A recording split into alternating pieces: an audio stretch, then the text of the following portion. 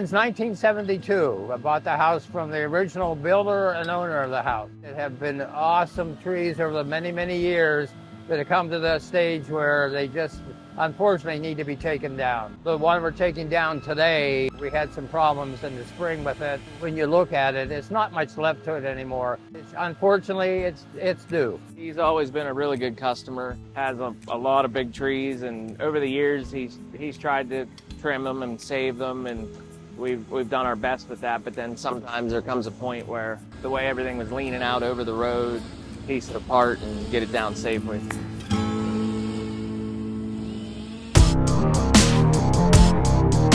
This is a 65 metric ton Copma 650 grapple saw truck, so it has the ability to grab and cut branches. So I'll be able to grab a branch like so,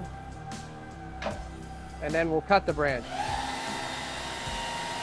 Mostly it's our bodies. Our bodies aren't going to last forever, so invest some money in some hydraulics and makes your life a lot easier, so you go home at the end of the day with energy.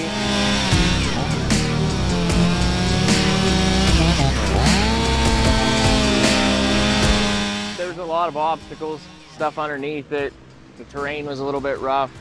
Big tree in general. Start to finish would probably be a 5-6 hour job. Whereas with standard equipment, you know, we could have been here for 2-3 days. It's a challenge, almost in every way. Travel, as far as I'm concerned, is the best. He's easy to work with, he's careful, everything you need and want in somebody that's helping you to protect your property.